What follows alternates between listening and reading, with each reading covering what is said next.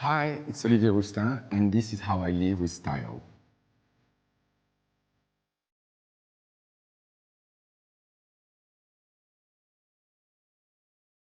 I think I bought this house around 10 years ago. It's been 8 years that I'm living here. Before, it was an old factory, and after it came almost like a spa, half of a spa, I would say.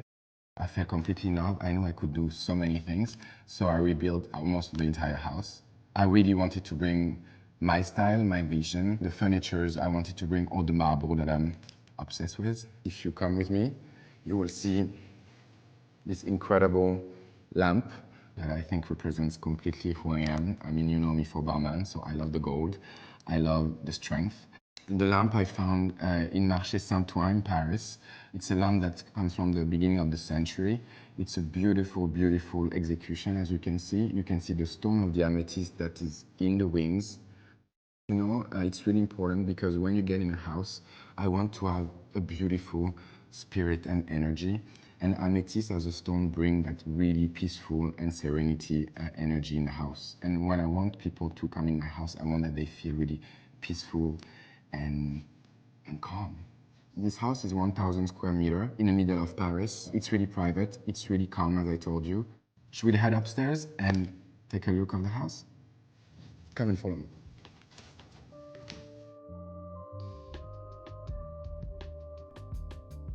On my way to upstairs, you would see, actually it's my portrait. I know it feels a bit megalomaniac, but it's not. It was an important photo shoot at the beginning of my career, and I wanted to celebrate the beginning of my journey at Balmain. So this is a picture that was my profile. I mean, it was, I think, maybe 10 years ago. Sometimes, you know, in life, we always forget the beginning.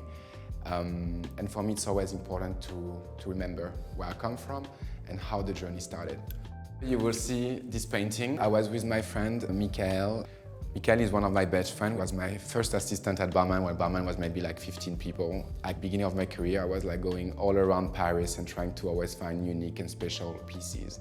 So basically, I went with him and we found this incredible piece. I loved the mix of history mixed with modernity. In my house, you will see something really modern, the marble, like really futuristic in somehow, but you will see as well the clash with history and past. And this is something that I really love, that kind of tension of two worlds that connect. This palm tree feels like really south of France. It could feel a bit LA, a bit Marrakesh. So I love that kind of feeling and I love bringing that energy in my house. All my friends say, you're crazy, Olivier. You're in the middle of Paris and you want a huge palm tree. I'm like, I have 1,000 square meter. Let's make it happen. I think there was like 25 guys came. There was a huge crane. After they realized the window was too small, we had to break a bit the door because the door was too small as well. But we made it happen. And the good news with this palm tree is that it was big when I got it, but actually it's even way bigger now, which at one point I don't know if the house is too small. There is only one question. Should I change my space because the palm tree is growing? And here you arrive to the last floor of my house. Really important, we should stop here for a couple of reasons, because I have really incredible pictures that I want to talk about. As I told you before, I love my Balmain memories. One of the first pictures, Iman, Naomi, and Rihanna. It was shot with Edward Henningfull, I think in 2000, I would say 13 or 14. The photographer was Emma Somerton. We had a really great time. It was, I think, after the Met Gala, one of my first Met Gala, I have to say. And as you can imagine, it was really difficult to have all the three incredible girls together. They are my friends. They have been, from the beginning, a big support. You will see as well Naomi, shot by Stephen Klein. As a kid, I remember like the top model era, and that was something that made me dream about fashion. It was something that I remember when I was a kid and I was reading all those magazines. So the time that I had this idea, I called Stephen Klein and I was like, can we do like a photo shoot with the three top models? And that day was really emotional because seeing the three women together, that was something really special that I would never ever believe it would happen in my career. You know, I was like, it was a dream of a 12-year-old kid. And growing up as a kid, there's an icon that I love that inspired me so much in my fashion. It's Karl Lagerfeld. I got my first Chanel purse 10 years ago, and I remember the first one was a Chanel No. 5, made for a bag. The last thing that I remember from this bag is that I brought it to go to New York, and I remember like At the airport, they stopped me because they were like, we told you you cannot have a fragrance in your bag. And I was like, this is not a fragrance, this is a Chanel bag.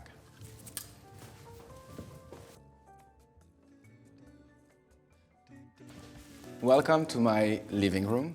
This is the space that I'm spending the most time in because, as you can see, it's really peaceful. I sketch all my couches. You know, the problem of a couch is how you place the couch. You need to always make sure that people can face each other without feel embarrassing, you know? So I really try to create that kind of space where people can just feel relaxed. Actually, the couch took really long because they're made of velvet, and this is the velvet that I'm using for my ready-to-wear because I'm really picky on velvet and on black.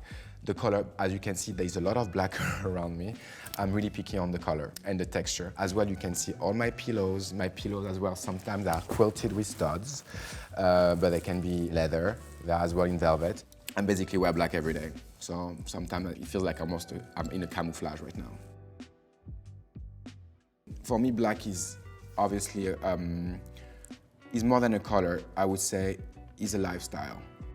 I wanted to have a beautiful table made of mirror because if you see, the ceiling is in glass. So basically when you have the blue sky, it completely reflects on the table. You will see a lot of objects from Baccarat, from beginning of the century. I love the kind of contrast between mirror and glass. You know, I come from Bordeaux, the south of France. My parents, when they come here, whatever for Christmas or for a birthday party or whatever, they always bring me a beautiful red wine, what we call a great millésime, so I'm using them when my parents come usually. If not, you will see as well this beautiful egg made as well of mirror from Christophe. This was a present from Kris Jenner a couple of years ago for my birthday. By the way, I love Kris. I have to say, I love hosting, but at the same time, I love so much my privacy. So it's a bit, I would say, a paradox. I really usually invite people that I'm really close to because my house is so private and it feels like when people discover my house, they know more about me. But I'm really careful to make sure that not everybody knows me and know who I am. There is a really good atmosphere, and if I stay in silence for 1 second, you're in the middle of Paris and there is no noise, and this is something that I really appreciate.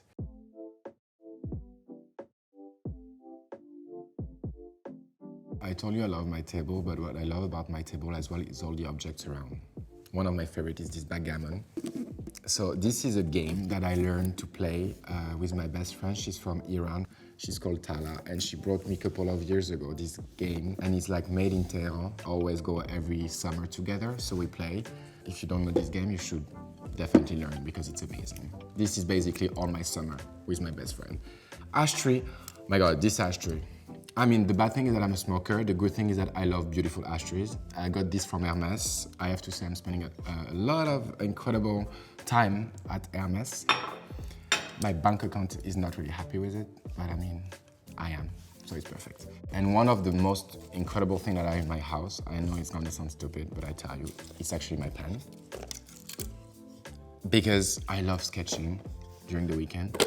So I think it's really important for me when I go back home, I just feel sometimes more creative. And what I love about my pen is that there's two tips. One is thicker, one is smaller.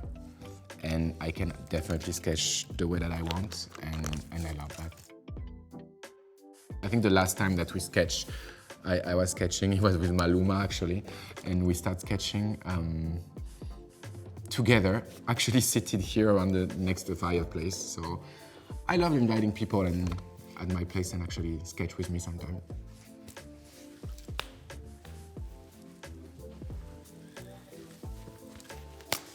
So when I arrived here, the house was obviously empty. So the first thing that I did was filling it with marble. Marble everywhere, my passion. I always loved marble since I'm a kid. You know, I had this obsession when I was like 6, 7 years old, you know. I was just like obsessed with castle, the fabulousness of Versailles, you know. Something about strength and in somehow power, and really this sense of rare and luxury. I remember I was telling to my parents, I want more marble in the house. And my parents absolutely have not the same taste than I have.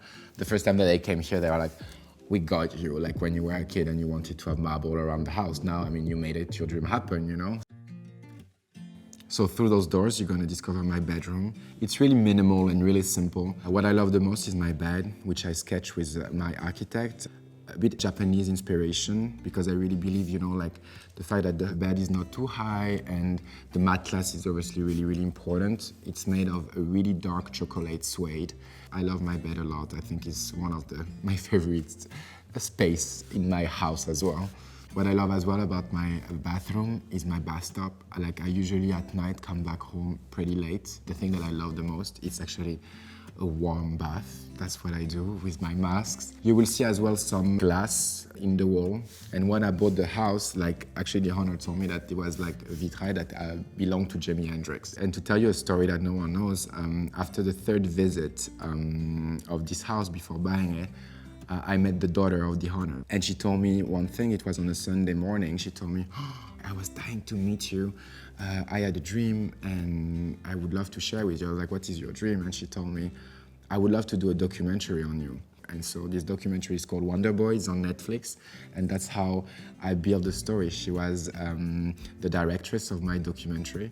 So when she was coming here and filming me, it was funny because it was her ex house in somehow, you know? So it's, I really believe in energy and spirit of a house. And I have to say that the first thing that made me love this house is that I could feel there is a great soul and a great energy here. What I love the most about my kitchen is this table. As you can see, it's like a long, long table that is floating in the air. If you look at the bottom of the table, you will see that it's like made of glass as well, so it feels like the wood is flying. If you look at around, there is many things that I love about my kitchen that for me is really special. Like that butcher block that is from south of France, the sink coming from south of Italy. I love the spirit of this kitchen because, as you have seen through all my house, there is obviously a lot of objects and it's really cold sometimes because there's a lot of marble. But here, there is something that feels really warm because it's a lot of wood that you won't find in the house. If you ask me if I know how to cook, I would love to tell you yes, but unfortunately not. But I love trying and I love watching people telling me that I do something great when I just cook an egg. This is the best that I can do. But what I know to do really well is my morning routine, juices made of carrots, apple, ginger, and some blueberries. I love the switches, they are really old as well, and as you can see, there is a lot of fans on the ceiling, but I have to say, I'm really scared to turn them on because I'm scared that they fall. That's the thing. But they're really beautiful. I mean, actually, there are many beautiful things that I'm scared of, but I mean, this is the most important. I'm working fashion, so whatever it is, fashion is passion, architecture is beautiful. I have one last surprise for you. We're gonna go downstairs.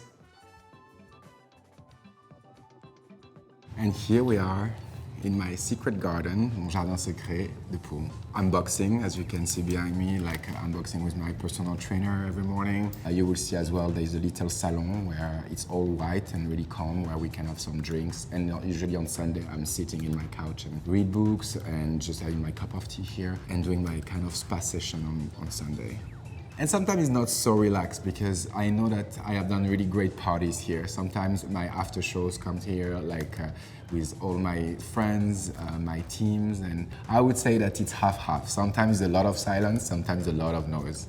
One of my favorite parties I've done here was after my menswear show, and we came with all my team and all our friends, celebrities, models. Everybody was around the house and we all end up like throwing each other in the pool until that so many people jump in the pool that my heating system got killed, like literally. But this is okay, until that we have fun, this is the most important. And again, a great spirit, great energy. And I have to tell you something, when I come to my pool, I can change the lights. I'm a bit crazy. Sometimes I like to have my pool blue, sometimes I like to have my pool yellow, red, pink, purple. So this is a bit the trick every morning, and I can obviously not decide. So I spend like maybe at least 2 minutes to decide. Hope you enjoyed this little tour in my house. It's, as I told you, it's my secret garden, but I'm super excited for you to discover all my little secrets here.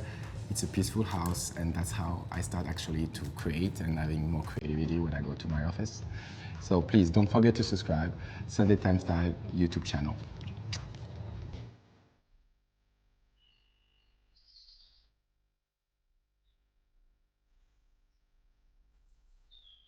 Hi, I'm Matilda Goad and this is how I live with style.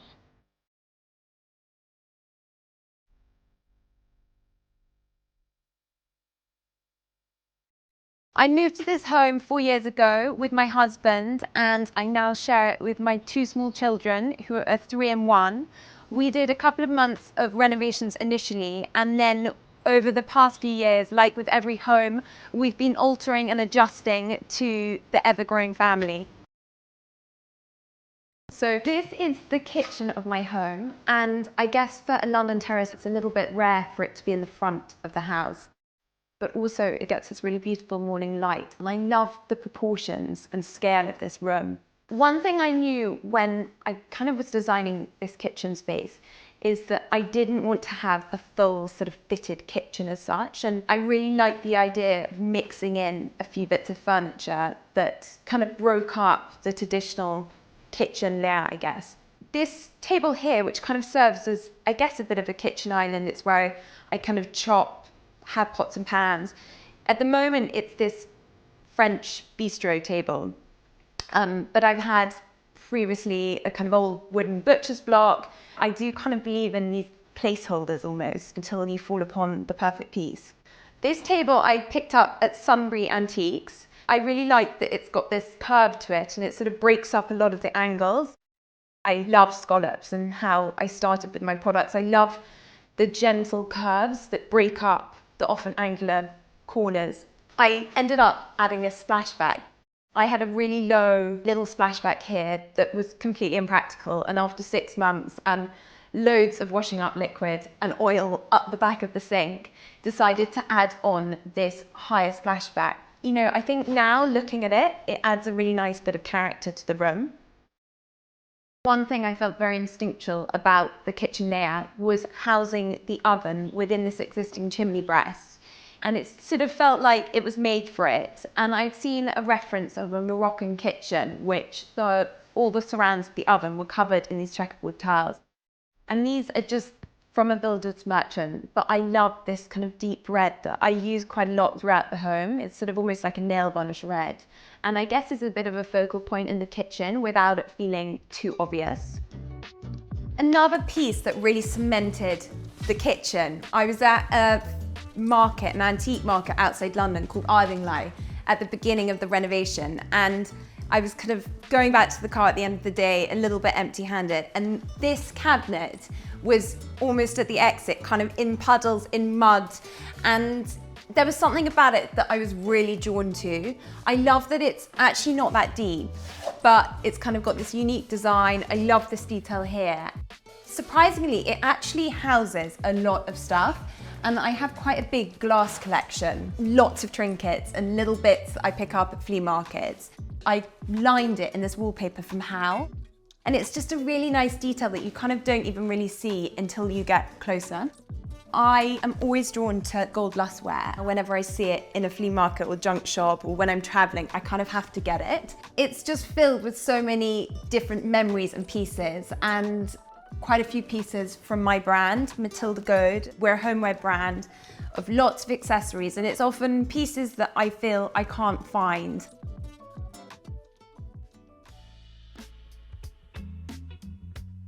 When I was designing the kitchen, I really wanted to house the table in the bay window. Having this oval table, you know, it's actually really effective with space. I think I've had about 16 people around this table and everyone can cram in, but equally, you know, it doesn't feel lonely if it's just me sitting here having dinner by myself. So when I was kind of designing the banquette, it was one of the things I really wanted to have, almost like sofa cushions. I really like mixing up unexpected materials. And denim is something that, you know, it's a good price point compared to a lot of fabrics. And I've used a contrast piping here, so it really makes it pop. It's also a really functional material. I mean, I've got 2 small kids and these are always in the washing machine. On the windows here, I've used a print from a brand called Lake August, and it's of nasturtiums. Growing up in the countryside, I always remember eating the flowers, and I've actually have a few growing in my garden in the summertime here. I love those stories that you have behind interiors. I think that's what really makes a home really feel like a home. I'd seen a really great reference of these swing seats in a restaurant in Japan. So I sourced the hardware and got it shipped over and added a sort of vintage seat. And they're just a really great use of space.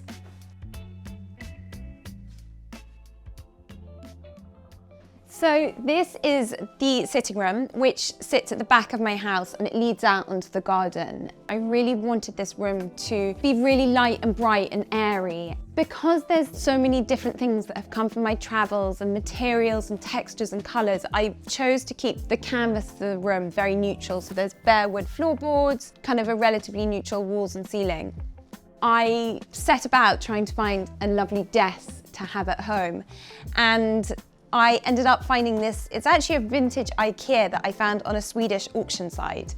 Placed the bid, didn't really think much more. And then it came to the part of shipping and trying to get an acacia wood desk after Brexit into England. So 6 months later, having got a permit, it arrived on my door outside, and I sort of realized I hadn't measured the door width. So there was a lot of back and forth. It sort of almost went through my neighbours and over the wall outside. We sort of looked at all the solutions, and then we actually realised that it's really beautifully made and is keyed together. So the legs came off and we managed to get it in. I like things to be contained, not to get dusty, and I sort of really struggle with photo frames in that sense. So I decided to put up this photo shelf, which means that it can kind of have an ever-evolving range of photos and little notes and drawings by my kids. I sort of think it works really well when you condense things together in this way. So this daybed was actually one of the first pieces of furniture I bought when I moved into the house. I love when the sun is shining and you kind of get the sun hitting here, reading a book. And I love, it's such a unique design in that you can go fully daybed, and it goes both ways, and it's so unique. You know, I love products and objects that have these kind of differences. When we were thinking about designing this room, we added a porthole window over there. I actually was quite against it initially. I thought it could go down the sort of faux nautical route. But my husband was very adamant that he wanted it because you get the eye line through to the kitchen via the outside area.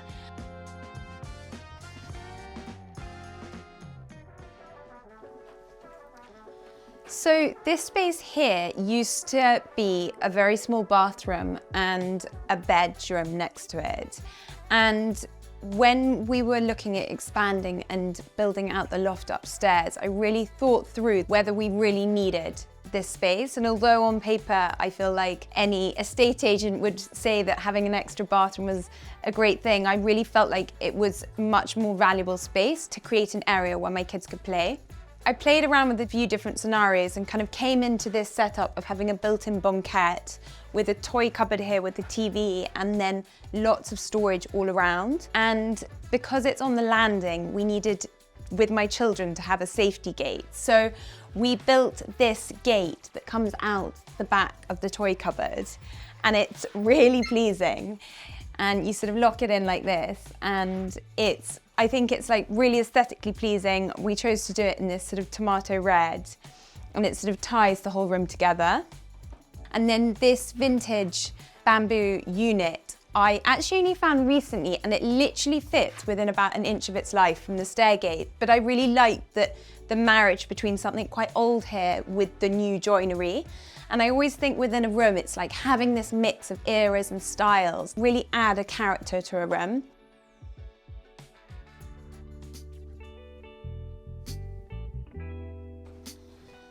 So my bedroom upstairs, I really wanted to be a very calm space.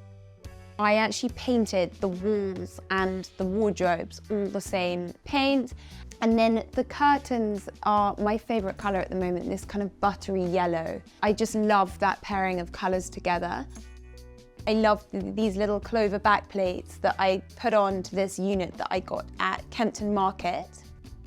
This lamp here, this giant tall sunflower, I bought this in a giant flea market in Lille.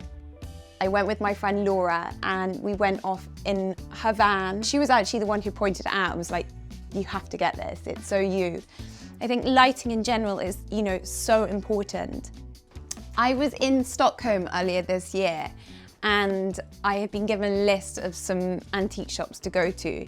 And one of them was this amazing shop that was crammed with lots of sort of crockery and kitchenware. And high up on one of the shelves was this painting. I just loved all the colours. We actually had to take it outside the shop to look at the colours because it was so dark there at that time of year anyway. Shipping it was going to be sort of 5 times the cost of this cheap painting. So I checked it in on the plane as oversized luggage and bound it up in loads of blankets, and it's here.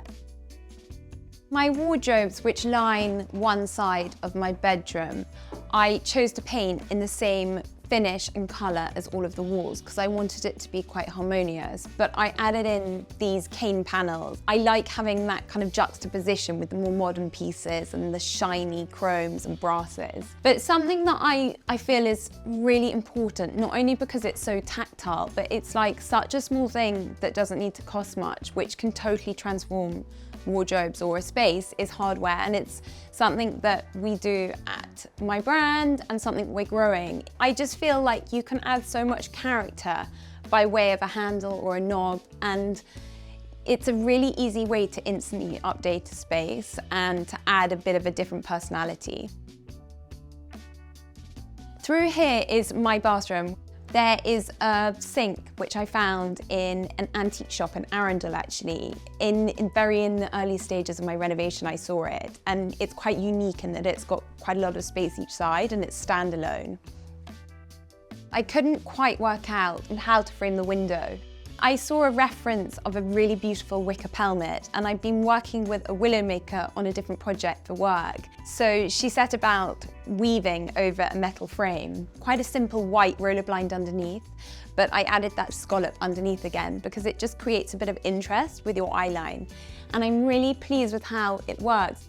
If your bathroom allows it, I think having a few pictures, photos, makes a more cozy atmosphere in a bathroom rather than being quite sterile. And I've got 2 botanical paintings by a wonderful artist called Mariella Baldwin that I was given. I love them being there. When the light hits them, it's so beautiful.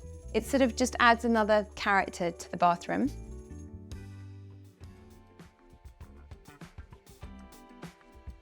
We're up in the loft of my house, and this is my 3-year-old daughter's room. I remember being a child, the kind of novelties and the things that I found really appealing, and that sense of things being a little bit magical. Having a built-in bed felt like it was a kind of given, and we should do that in order to maximize the space. Actually, underneath here, it's a trunk bed, so there's another single mattress down here. And it's kind of fun. I like the idea when she's a little bit older, her friends can come over, you pull the bed out. I've slept her a few nights and she thinks it's really fun, and it's that sort of element of fun and imagination as a child. The wallpaper here is a Joseph Frank wallpaper that I've always loved and have always wanted to use somewhere. And I think in a funny space with pokey walls and irregular slopes, wallpaper is it works really well. When we were doing the building work, it was kind of quite a last-minute decision, but we echoed the porthole window that exists in the sitting room. So I think having that aspect out, which lines up with the window in the bathroom, you kind of get that eye line outside. The bathroom next door, I decided to add lots of different tiles and to cover the walls and floors. It kind of makes it a very practical space. Thank you so much for following around today. I hope you enjoyed it. I need to go and do my kids' bath time now, but don't forget to subscribe to the Sunday Times Style YouTube channel.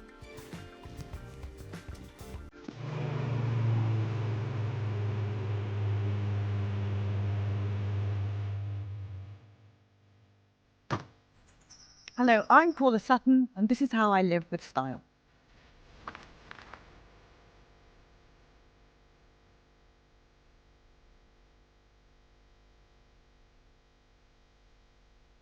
Hill House is a place that we moved to from South London, a Regency house built in 1822, so from the Georgian period, which is my absolute favourite period of architecture. My parents moved back to the Caribbean after living here for 30 years in England. I think that my love of this Georgian period and the architecture and creating this home is to do with trying to recapture that feeling that I had before my parents left. I left my job in fashion, in a fashion magazine, and came to Norfolk looking to find a new career that could live alongside having my children. And I started dealing and trading in vintage. And that's how I became a vintage trader, and that's how I became Hill House Vintage. One of the things that I really love is this painting. It is a genuine painting from the 1930s, but it's not an expensive piece. In fact, it was quite cheap. And I think it's a really fine example of, beautiful things and gorgeous old things don't actually have to cost the earth. Throughout the house, we have a mixture of vintage art and contemporary art and prints and original art. We have my collection of Hugo Guinness prints, and each one of these prints tells a story of something to do with my life. The typewriter I got because I really felt that I had a book in me and that I wanted to write, and I had that before I actually became a published author. So that was a little bit of manifestation, I feel. As was the Morris Minor Traveller. I always loved them. I remember when I was growing up in South London, my neighbour had one. The chickens are a future manifestation because we haven't got chickens. I've always wanted them.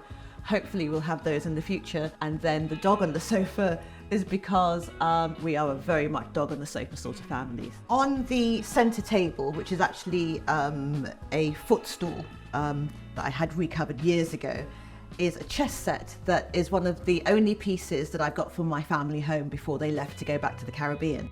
I'm not great at chess, but I do play it.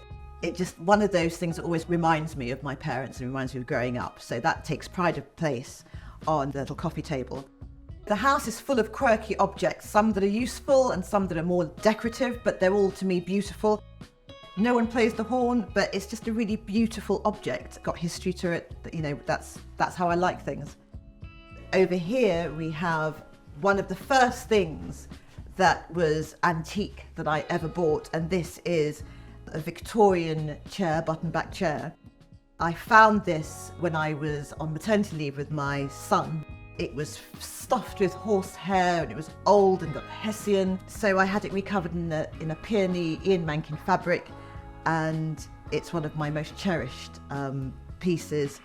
I nursed my son on here, and it's been in every sort of house or flat that we've ever lived in since.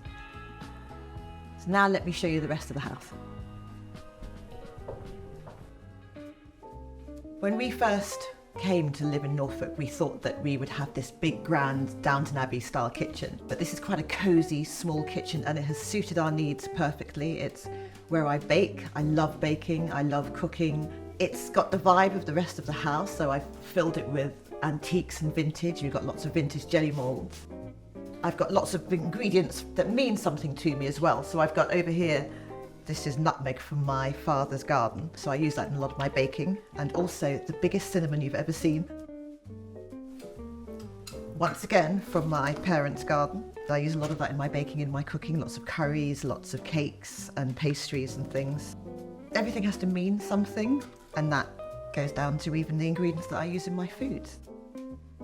I always think the kitchen is the heart of the home. I love it. I fill it with vintage and antiques, but also it's very functional. So the pantry is original to the house. So the house was built in 1822, and the kitchens would actually have to have a cold store. Small but compact and very, very useful. It's another cozy, I keep using this word, it's another cozy room, but it's very functional, and I love it.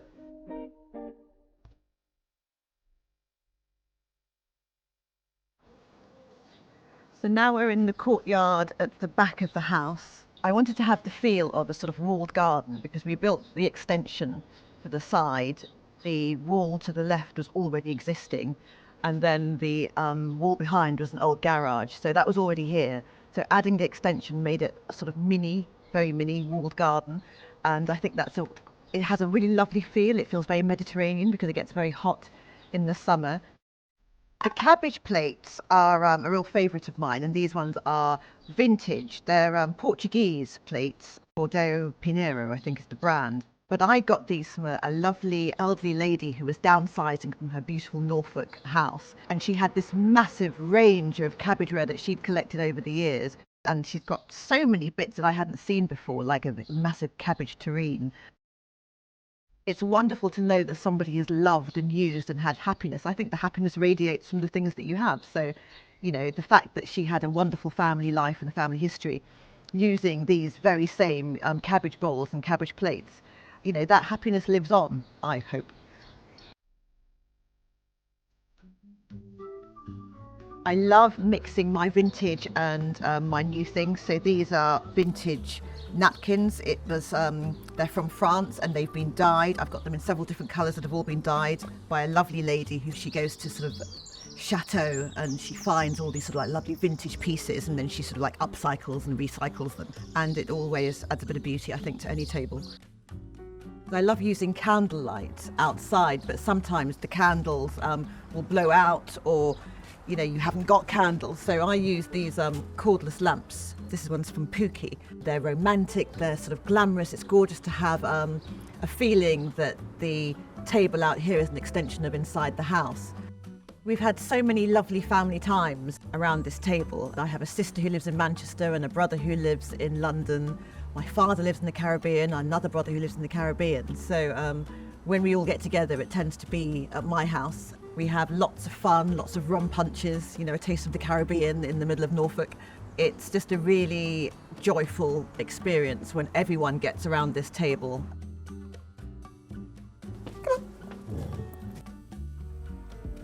I love to watch a bit of nature in the garden. It's really easy to sort of see the birds from the kitchen window. And so I've created a little bird feeder which is full of vintage crockery that's a bit chipped. You know, if there's always something else you can do to upcycle and recycle. Recently we've been having lots of blue tits who get really confused with there's a mirror on the back wall and they get really confused. They sort of like think that they're seeing a very sexy looking partner, I think, or something, because they keep tapping at the glass. So it's quite fun to see them with their sort of like crazy little antics. And then just behind me is our gymnasium, what I call the vintage gym. And the reason it's a vintage gym is because I've just done it in a sort of vintage aesthetic, because it's the only way I would get into a gym is by having sort of beautiful surroundings. And the actual building used to be an old garage that was full to the brim with all those sorts of things that you don't know what to do with, so you sort of just shoved them in out of sight. And over lockdown, we decided that we would create something out of it. I'm one of those people who has always bought my gym membership and then I go for the first month and then don't go again because of, you know, often inconvenient to have to look after little dog. So to have a gym in the garden has just been perfect, and it means that we do go, the whole family uses it, I use it. We've got a Peloton in there, a rowing machine and free weights, and it's actually just a really lovely space. You know, you can use it for multiple purposes, but at the moment it's a very lovely vintage gym.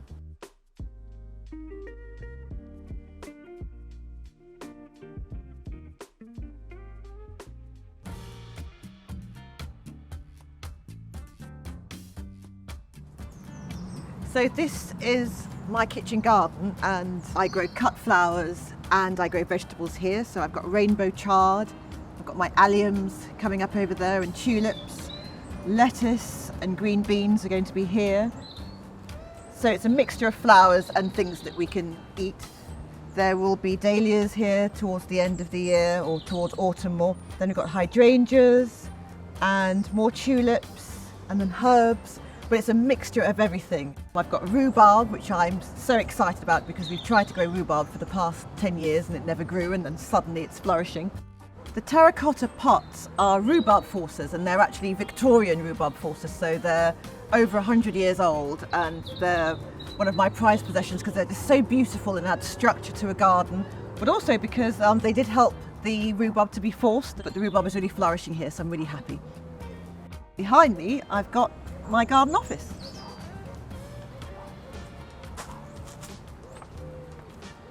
Now we're in my garden office, and this is where I write and where I get inspiration by looking over my kitchen garden. It's a real sort of feeling of everything that I find is Hill House vintage, the sort of juxtaposition between the old and new. I've got a very old-fashioned typewriter in the corner, but then I've got my modern computer. I've got my old-fashioned diary calendar, which I actually have to manually change to get my date every morning. It has my vintage sort of stationery. So it has this feeling of being quite old-fashioned, but also it's where I'm very productive. I do my podcast in here, have my Zoom meetings in here, so it's a real mixture of the old and new. The actual building itself, I feel very proud because I helped build it. So during lockdown, we had a family friend who was trying to help me build this. So in between lockdowns, I would help and be up with the trusses and help put the roof on and help put the sides up, and I'd be there with, he's quite elderly actually, in his 70s. It was a real labour of love that I did with just another gentleman. So I feel very proud that not only is it a lovely space to be in, but it's something that I helped to build, which is, you know, warms my heart whenever I come in here. But I also love to read. It's a very tranquil place. I've got lots of these vintage and antique gardening books. And of course my own book is The Potting Shed Murder, which is very fitting because I'm in my kitchen garden, but also I'm next to my potting shed. So it seemed very obvious to sort of set a cosy crime mystery in something that spoke to me, to do with my garden, to do with my potting shed. My dog usually has a little bed underneath my desk, so she's at my feet. And I've always got flowers in, hopefully usually from the garden, but sometimes I buy them in, but you know, they bring me a lot of joy. The entire room brings me lots of joy. Well, I hope you enjoyed that little tour of Hill House. Please remember to subscribe to the Sunday Times Style YouTube channel. And we're going for a little walk now.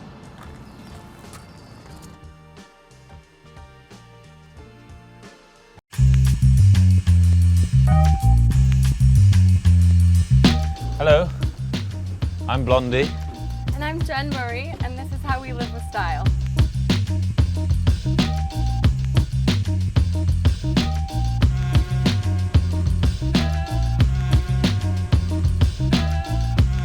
We're in Covent Garden. I came here towards the end of 2019 and it was way too big, and then suddenly I had a large family and now in fact we're bordering on cramped. Well, you can see the London eye, obviously. We lie to the kids and tell them that if it's pink, that means that they've been good for the day, that the mayor turns it on for them. So they get really excited when it's pink, but it's pink every day. Should we go take a look inside? Sure. This is my house. This is where I live. And I mean, it's full to the brim. It's at capacity with escape ramp. So the first week or so, there was no net. He sent me a video and it was him skating, and then all of a sudden the board went over the wall. I retrieved the board up on the roof with a lasso, which I'd never used before. There's now a net. Should we go inside the real house now? Sure. So this is the kitchen, which Jen designed. We had such a silly kitchen that everything was in the wrong spot, and I just wanted to make a room where the kids would actually want to come hang out with me while I cooked.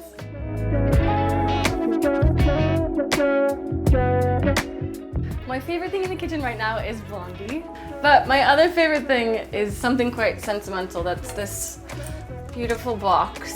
That's so cute and special, and inside of it, it's all these little notes that Blondie has written about me, for me. So if I'm ever having a rough day, I can just walk over here and pull something out and it will cheer me up. You have style despite owning literally no clothes. Because I always say I don't have anything to wear, you know? It's amazing. You're clever. You know how to get 200 quid back when you buy something in France and stuff.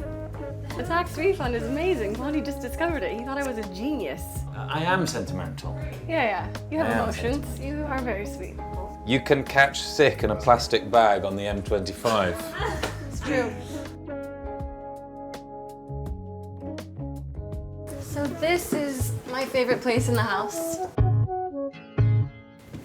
These pictures are what I'm most proud of in our world, except, of course, for the people in the pictures. This is all Blondie. He has bought the most special frames and chosen every single picture that's up here. And because we couldn't get the flowers to grow up the wall outside, we kind of decided to put them on the wall. Now we have roses up the wall all year round. Exactly. They're all phone pictures of the kids, of their childhoods, and we really do them every Christmas, basically.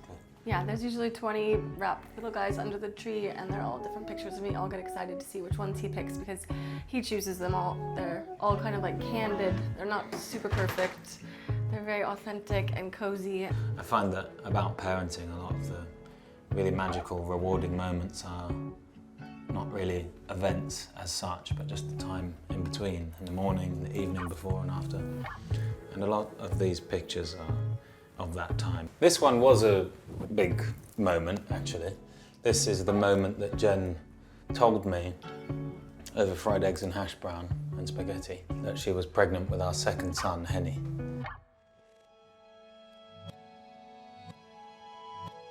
So this is the kids' bedroom for 3 of the kids. We wanted it to be super cozy, happy, fun place that they were excited to go to sleep every night and have their friends over and just play together. So we have 2 little guys down here and our oldest daughter is up on the top. And Blondie designed this bed, which is incredible. When I show people pictures of the bed, they're always really impressed. They're like, look at the corners. How do they do that? It's curved wood. Like, look at the spindles. They're incredible. They don't make banisters like this, and they don't make baby spindles for baby staircases because baby staircases don't really exist. The kids love the bed. When they saw the bed, they were so excited because they had a regular double bunk bed before, and they love the blue sky. They say that they like waking up because in London, unlike today, the sky is not always blue. So it goes a long way for us. I'm from California, so I just need a blue sky occasionally. And the rainbow is just, I mean, there was a blank white arch that was screaming, paint a rainbow on me. I feel like with a kid's room, you can do lots of crazy things that you can't do in like an adult room, kind of. So if we could, we might have had a disco ball in our room, but we have a chandelier instead. When you have children, you just want to make the space amazing for them. You want to make their lives, especially their home lives, as warm and as interesting as possible. Yeah. Now is the time to speak of the bedroom, which used to be better. This mirror used to be a TV on which we could watch anything, anything at all. Ugliest TV you've ever seen. And it's massively missed. It's left a massive TV-shaped hole in this room, frankly. Which we filled with a mirror that makes the room seem twice as big. Yeah, it's really nice. It's so much better. Are you kidding me? The bed is inspired by Ray Winston's bed in Sexy Beast. And we tried to find one like it, and there's nothing like that out there. So we found a furniture lady, and she made it for us. Believe it or not, we were tidying up last night. This isn't how the place normally looks. We have several children. These are the scripts of my show, my TV show, which will come out probably about the same time as this video. Jen got me that piece of Arthur memorabilia, the 1981 Dudley Moore, John Gielgud film, and I look at that, or I did look at that rather, when editing the show. I would roll out of bed about 6 in the morning and sit there with my computer there, analysing the milliseconds and looking up every now and then over the lid of the computer at Dudley and John Gielgud, saying, almost as if they were saying, Keep going. Everything's going to be all right. I love that, thank you. All of my best things are gifts from you. I have one more place to show you, but it's just up the road from me. Bye.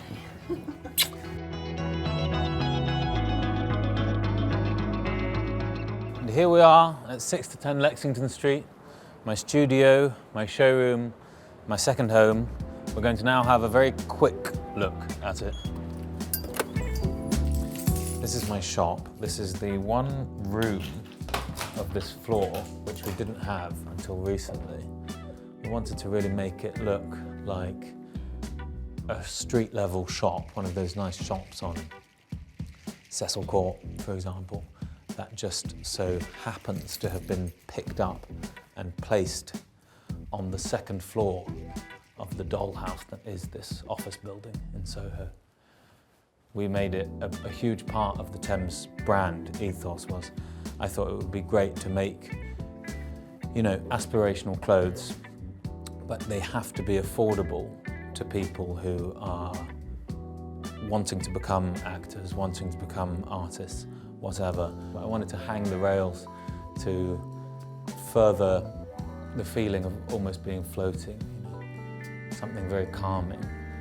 I bought this rug from John Lewis, and I bought it at a bit of a discount. It was slightly damaged, and then we put these pieces of cardboard, which I already had, on the corners and spray painted it with fabric paint. So this was the colour. It was just one nice enough linen plain rug, but But I thought we want something that's not too graphic, but also special to go in the middle. So we made that cross there in our studio colours, or something like our studio colours. The breakfast tea room green that the bedroom at home is painted in.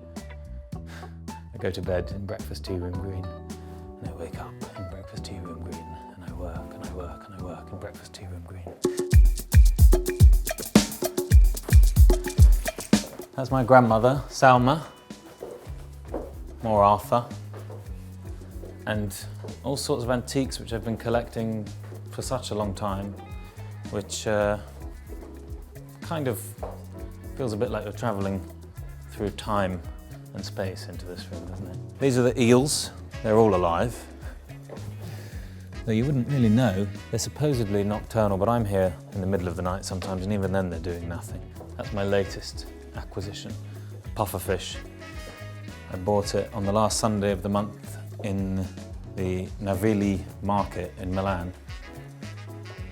So bringing this in hand luggage under one arm, and Ebby, my 3-year-old, under the other arm, back from Milan to Stansted, I think it was, if memory serves. It was quite an experience. Didn't get much trouble, never really do, although I did get some funny looks when bringing back the head in a box on the Eurostar. And this is a turn of the Victorian century wax model, which was made for medical research purposes, of one of those very, very Victorian diseases which thankfully doesn't really exist anymore, which is probably quite rare even then. And this poor man, who would have been a real man, his bones inside his head are melting. So sometimes I look at that and think things could be worse. And the conveyor belt that your hand luggage goes through at security on the Eurostar is about, whatever this height is, whatever the height of the box is, it's about 1 centimetre taller than that. So it was very funny seeing that head go through in the cardboard box. I wish I could have seen the X-ray itself. I did get a very specific look, which I'll remember. A sconce, that's the word. We moved into this studio again in the end of 2019. It was white with strip lighting and all these other sources of light. They've come in one by one. Thames was actually my GCSE project at school. You know, I think all children kind of make art, and some of them stop and some of them don't, and I was one of the ones who didn't. And because this is my actual coursework, you can see I've had to explain it in the way that students are asked to explain that. This was a picture that was run in some newspaper in 2012 when London hosted the Olympics, and Beth Tweddle, I think the gymnastics happened towards the end. I remember correctly, there was some hope that she was going to bring home a gold or some kind of podium spot. And I seem to remember hearing that she didn't do very well, and then seeing this picture of her in the newspaper and thinking, well, that's not very nice of them to have run that really unflattering picture just because she didn't do very well. I'm sure that wasn't really the reason why they ran it. I'm sure that is just a typical gymnastics picture, gymnastics action shot. But that is the way my idiot 15-year-old mind worked. And that's the very, very first Thames graphic. And in a way, it's quite appropriate. She's almost giving birth to Thames there. This is my legend wall, my wall of legends. I think that every home, or at least every creative workplace, ought to have one. On it, I have all sorts of people, from Mark Gonzalez to Lucian, Shane McGowan, to my children, Howard Cook, Ludwig, all sorts of people. And behind this wall, my own private office, Galahad.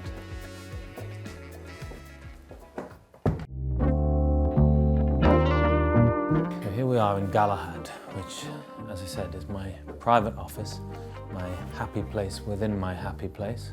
The stained glass window was not here when we moved in. That's another one of our additions. It's by an artist, a genius artist, called Brian Clark, and it's a Thames take, a Thames spin on the Plantagenet coat of arms, which is featured in the stained glass windows in Hampton Court Palace. There was a rule, there is normally a rule, that there is no technology in Galahad. This computer is only in here because we're currently editing teasers for the show called The Blondie Way. It's a comedy, a semi-fictitious comedy set in real life, all played by either real people or real people being portrayed by actors. All real locations, no sets built. Even here you can see that we filmed in the studio. I'm in it playing myself, Jen is in it playing herself, or exaggerated, perhaps more truthful versions of ourselves. Thames is of course in it, the studio is in it. It's a show about making a show. You know, it's really just about independent endeavour, and for that reason it's very important to me. It is very important to me that it is released independently. They'll be on YouTube for free for anyone who wants to watch them, and we'll also do screenings in here, in the studio, 1 week ahead of each episode's release, premieres really, where people can come and see it. Thank you for visiting me in my homes. I hope you've enjoyed looking at them. If you haven't, then it's just as well because you don't live here. I do, and I'm very happy here. Don't forget to subscribe to the Times Life and Style YouTube channel. Goodbye.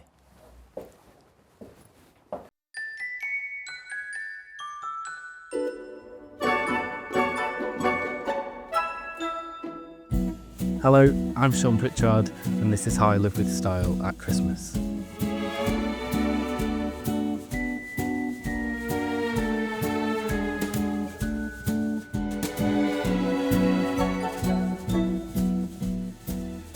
So this is the room at my cottage in Somerset that I rather grandly call the library because it's full of books. We've lived here at the cottage, me and my partner Dan, for about 5 years. I'm sort of fascinated by cottages and cottage gardens and the romantic vision of what I read about in Gertrude Jekyll books. For me, a cottage like this really comes into its own at Christmas, so let's go and have a look at the tree.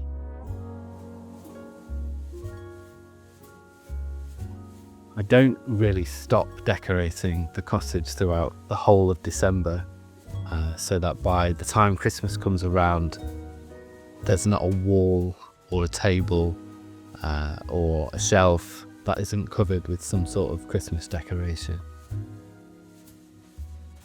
On the tree, it's colourful, it's camp, it's kitsch.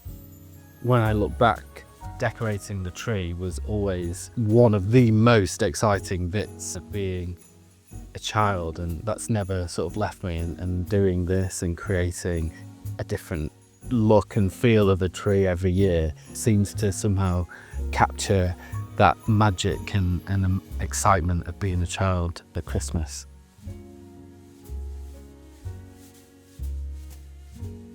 One of my favourite new decorations is this sun from Choose and Keeping. Decorations get mixed together alongside things that I've made, paper, stars and paper chains, for example. This sun, a little tin decoration that Dan picked up in Mexico about 20 years ago. This decoration that was made in memory of my granddad and was given to all members of our family when he died.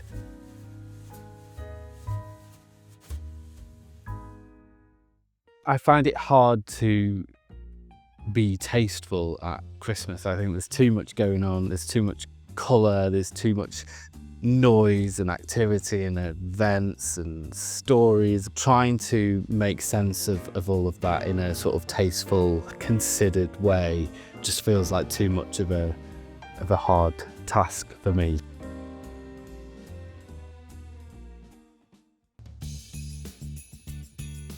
Hosting Christmas lunch at the cottages is one of my favourite things to do. On Christmas Eve, Dan and I usually have our Somerset Christmas. I think this room is a good example of, I guess, how I like to have fun with decoration and sort of finding the nooks and crannies where something else can go. I was struggling to find the right chairs for the dining table for a long time. And so what I decided to do was to have the ones that we had repainted this gloss postbox red, with the intention that they'd only ever be very temporary, but actually they've ended up staying, and I've grown really quite fond of this red, which I guess shouldn't work with the orange walls, but somehow I quite like the mix of the two. It's sort of fields and the hills and the farms that are our neighbours. And it's something that I really look forward to coming back to when we leave London and we come here. Hearing the owl at night and the birds during the day, and seeing all the wildlife that runs past the cottage and sometimes right through the cottage. We quite regularly have a mouse that comes to visit us. Recently we had a ferret. So let's head upstairs.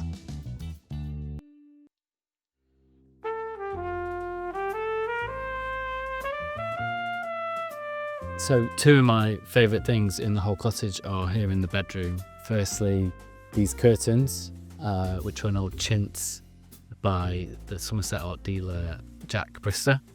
And also this pair of watercolour paintings that I got from another local artist called Louise Woe, and they're scenes from within her greenhouse in the summer. And really, you know, it's hard to feel down and low about things when I'm looking into these paintings, even in the depths of winter like now. I think it was probably, looking back, my granddad that got me into gardening. He wasn't necessarily a great gardener himself, but what he did do every summer was grow sweet peas. And sowing sweet peas for the year ahead is something that, as a ritual, I always do on Boxing Day. The cottage is about 300 years old, and for me now it's all about, you know, making sure that this house feels authentic and has integrity to what it's always been, which is an old, small, modest labourer's cottage in the middle of rural Somerset.